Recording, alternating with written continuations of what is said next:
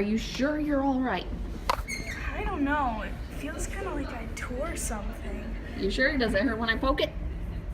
Yeah. Don't do that. Sorry, just had to check. Okay, hold on, let me just check something.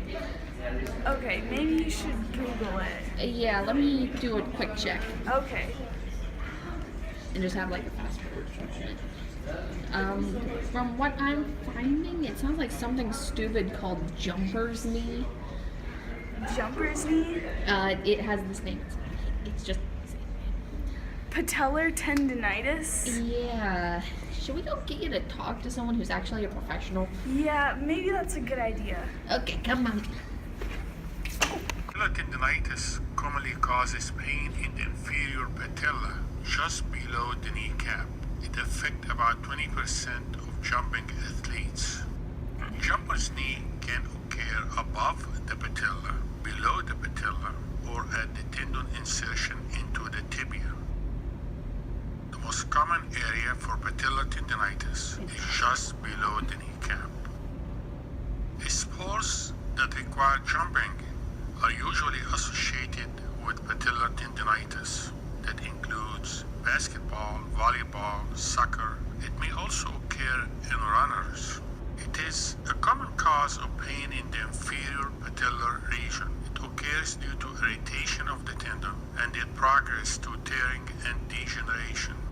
It is a degenerative process rather than inflammatory tendinitis, affecting about 20% of jumping athletes. Palpation below the kneecap will reproduce the patient's symptoms.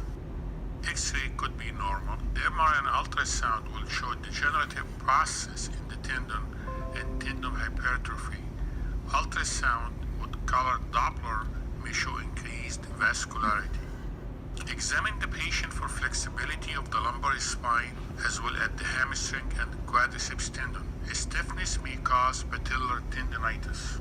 Treatment: anti-inflammatory medication, rest, ice, physiotherapy, stretching and strengthening, activity modification.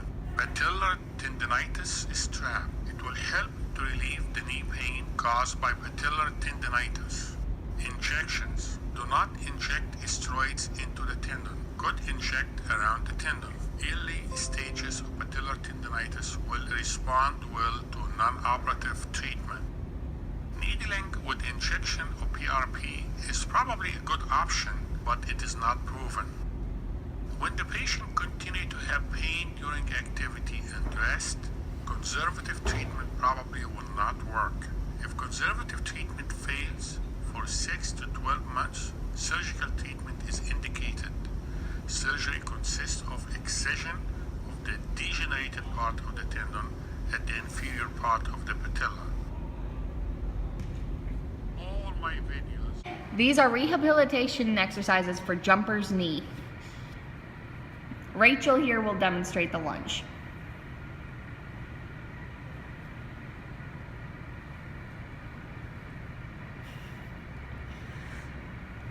And now to the next exercise. Next exercise are, say it.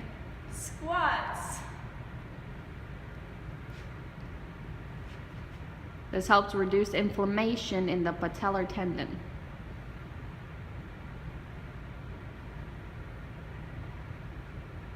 We'll show you the next one in a minute. See you then.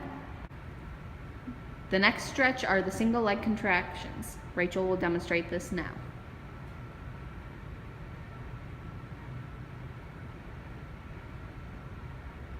This is used to help strengthen back up the tendon after the injury or possibly after the potential surgery. Jumper's knee can take between a few days to a few weeks to recover on its own. If it hasn't recovered by that point, there might be a chance for surgery, which is normally done arthroscopically by cutting open right here in your leg and kind of searching for the spot where the tendon is torn and using a small vacuum to get it out. Thing is, doing this, it'll take you at least 3 weeks more to be able to return to your particular sport, or if you had it healed naturally, you should be able to return immediately.